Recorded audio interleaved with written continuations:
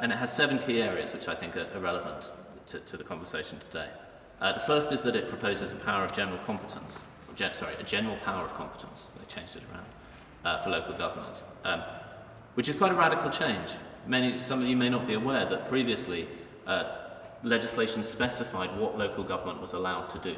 So local government was only allowed to act in ways that were specified and specifically allowed by legislation. This reverses that. It effectively says local government can do anything that an ordinary citizen can do. It can do anything it wants in the interests of its community as long as it's not illegal. If they want to delegate bigger budgets to participatory budgeting, if they want to have the community making decisions about things that they previously hadn't done, in principle that is allowed by the new legislation. Communities have also been given in the bill the right to trigger referendum on local issues. So if more than 5% of the community signs a petition about a particular issue, the council is then obliged to have a referendum around it, and the council is then obliged to consider the results of that referendum, although they're not obliged to act upon it. So again, this is a tool that gives communities a power to sort of put things on the council's agenda.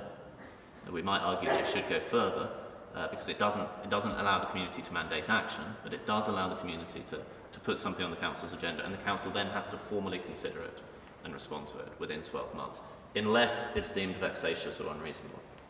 Council tax will be subject to citizen referenda.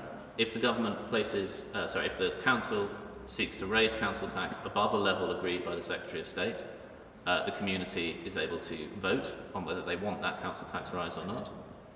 This is sort of presented as a sort of giving people direct sort of control over local taxation. Most interestingly, in the context of this conversation, the bill contains what it calls the community right to challenge.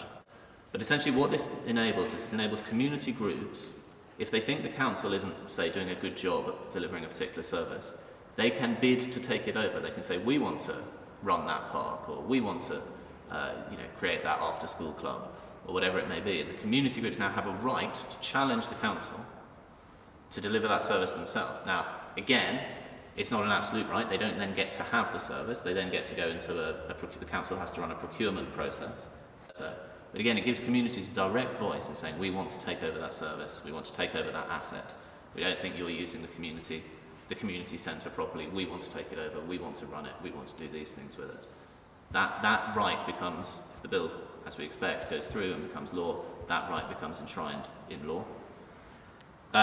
Similarly, there's arrangements for parish councils to nominate buildings and assets of community that they deem to be of community value.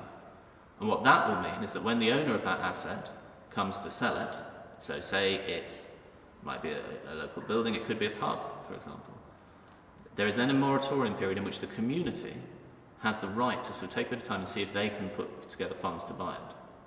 So if there is a pub, for example, again in principle, the detail of all this still remains to be worked out, but if there is a pub that is a centre for the community, and the landlord decides that he's going to sell it to a major pub chain, and the community thinks, well, that's going to take it away. It won't function as a hub for the community. If it goes over to a big chain, they'll close it down, or they'll make it into flats or whatever. If that building has been designated a site of community value, the community will then have a yet to be specified period in which they can try and put together the funds to buy that building. It's part of an attempt to give communities more of a say over the shape of their local neighbourhood and how assets are used within it.